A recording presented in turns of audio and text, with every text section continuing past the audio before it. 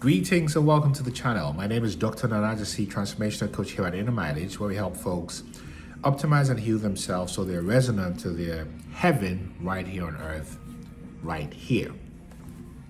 Today we're going to be talking about the mother wound and narcissistic abuse, how breaking free from your mother wound helps you escape narcissistic abuse and reclaim yourself.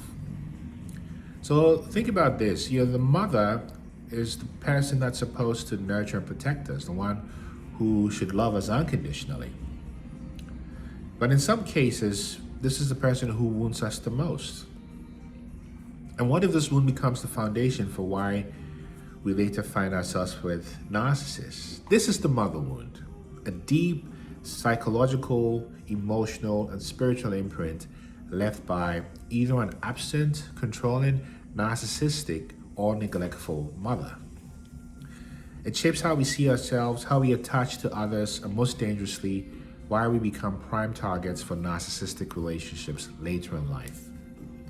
Today, we're going to unpack the origins of the mother wound, how it conditions us for narcissistic abuse, it does, what it means metaphorically, figuratively, and spiritually, and how to break free and heal for good. So stick around. So let's go into what the mother wound is. What is the mother wound? The mother wound is an internalized belief that I am not enough or I must earn love. Remember, love is not to be earned, it's unconditional, true love. And this state of being is a result of having a mother who was emotionally absent or hypercritical and or controlling and or narcissistic. And this wound, I should say, forms in childhood, but controls our adult relationships, especially with narcissists. From a psychological perspective, when you think about attachment theory from John Bowlby, a secure bond with a mother gives a child confidence in love and relationships. An insecure bond, which is either avoidant, anxious, or disorganized, leads to deep fears of rejection, abandonment, and self-worth issues, which are all traits that narcissists prey on.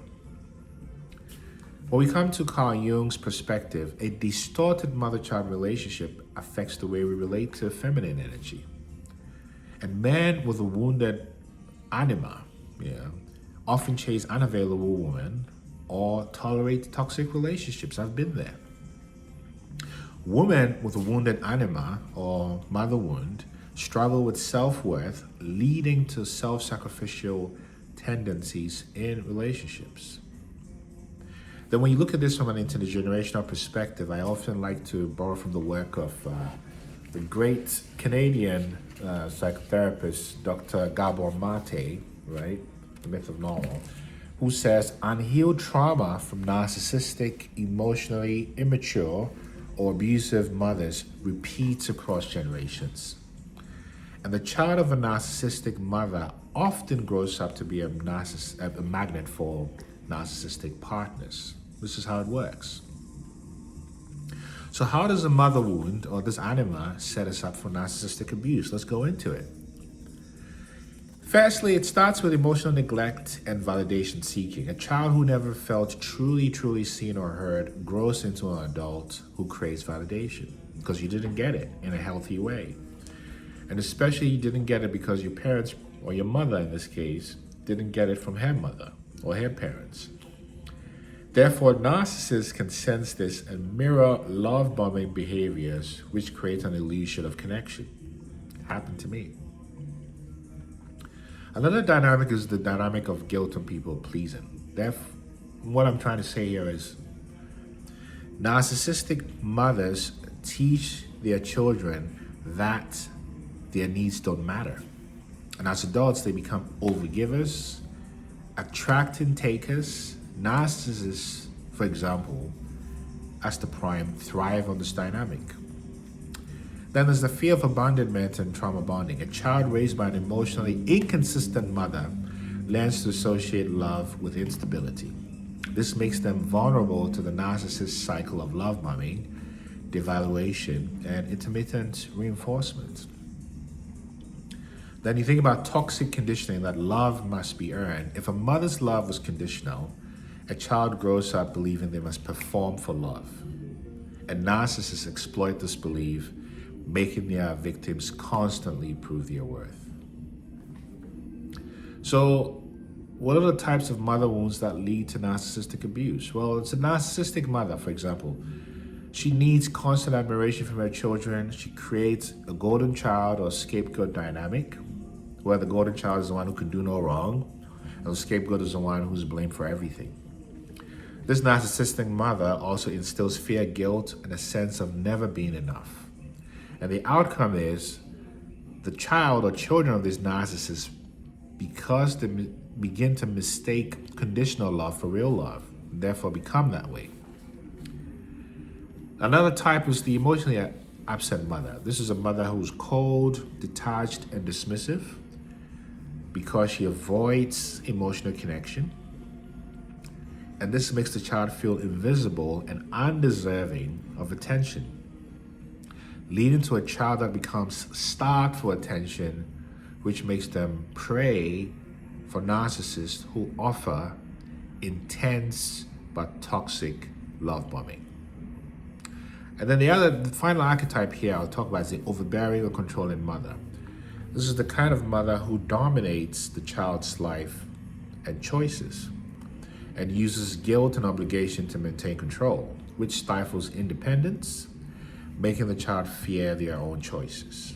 And the outcome is you have a child that gravitates towards controlling and abusive partners because that's what they know, because they believe love means being dominated.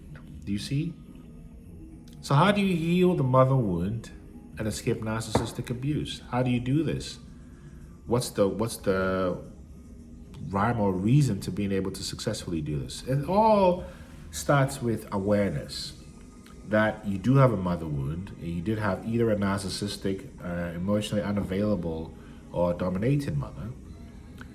And here, awareness means identifying the link between your mother wound and your own toxic relationships. And you could use a journal for this, where you might ask yourself questions such as, what messages did my mother give me about love? How did I see these patterns play out in my relationships? This is key. The second is to reparent yourself, right? Speaking to yourself with kindness and compassion.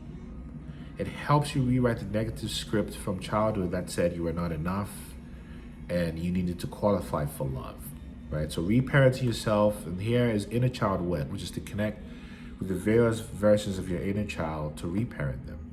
Then having boundaries and going no contact if that's available for you with narcissists, because narcissists rely on blurry boundaries and emotional enmeshment. So detoxifying yourself from these relationships is critical, very critical. And of course, your healing requires you to get into ancestral healing work, inner family systems, and even some spiritual purging.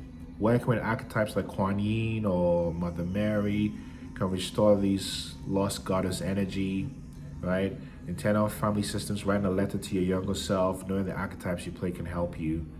And then therefore, going through rituals of forgiveness helps you to break the cycles of toxicity and these repeating generational curses. You realize that you are no longer the program from which you came. And that program persists when you remain in unconsciousness. Similarly, that program ends when you elevate to awareness, you see. So in summary and conclusion, if this resonates with you, type transform in the comment section and let us know how your experience has been with your mother wound and how we can be of help to you. And know that healing the mother wound frees you from toxic patterns, because you learn to parent yourself with love, which sets boundaries and attracts healthier or healthy relationships. And when you heal, you stop passing the wound on to future generations. So you realize your mother may have shaped your first understanding of love, but she does not have to define your future ability to receive it. Healing starts with you, and it's possible.